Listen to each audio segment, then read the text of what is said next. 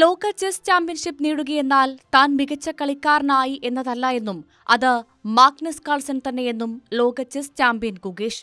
ജീവിതത്തിലെ ഏറ്റവും സവിശേഷമായ നിമിഷമെന്നാണ് ലോക ചെസ് കിരീട വിജയത്തെ 18-കാരനായ ഗുകേഷ് വിശേഷിപ്പിച്ചത്. തന്റെ സ്വപ്നം സാക്ഷാത്കരിക്കപ്പെട്ടിരിക്കുന്നുവെന്നും ഗുകേഷ് പ്രതികരിച്ചു.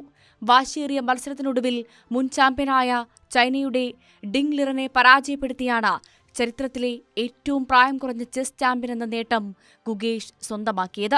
ചെസ് ഇതിഹാസം ഗാരി കപ്റോവിന്റെ 22-ാം വയസ്സിലെ ലോക കിരീട നേട്ടത്തെയാണ് ഈ മത്സരത്തിലെ വിജയത്തോടെ ഗുകേഷ് മറികടന്നത്. 22 വയസ്സും 6 മാസവും പ്രായമുള്ളപ്പോഴാണ് ഗാരി കപ്റോവ് ചെസ്സിൽ ലോക ചാമ്പ്യനാകുന്നത്. മാഗ്നസ് കാൾസൺ ലോക ചാമ്പ്യനായത് 22 വയസ്സും 11 മാസവും പ്രായമുള്ളപ്പോൾ. ആദ്യ മത്സരത്തിൽ ഡിങ് ലിറൻ ജയിച്ചപ്പോൾ 3-ാം റൗണ്ടിൽ ഗുകേഷ് ജയം നേടി മിടുക്കുകാട്ടി. 10-ാം മത്സരവും സമനിലയിൽ പിരിഞ്ഞതോടെ തുടർച്ചയായി 7 പോരാട്ടങ്ങളാണ് ഒപ്പത്തിനൊപ്പമായത്. പിന്നീട് 11-ാം റൗണ്ട് മത്സരത്തിൽ ഡിങ് ലിറനെതിരെ ജയം ഗുകേഷ് സ്വന്തമാക്കുകയായിരുന്നു. എന്നാൽ 12-ാം റൗണ്ട് മത്സരത്തിൽ ലിറൻ ഗുകേഷിനെ പരാജയപ്പെടുത്തി.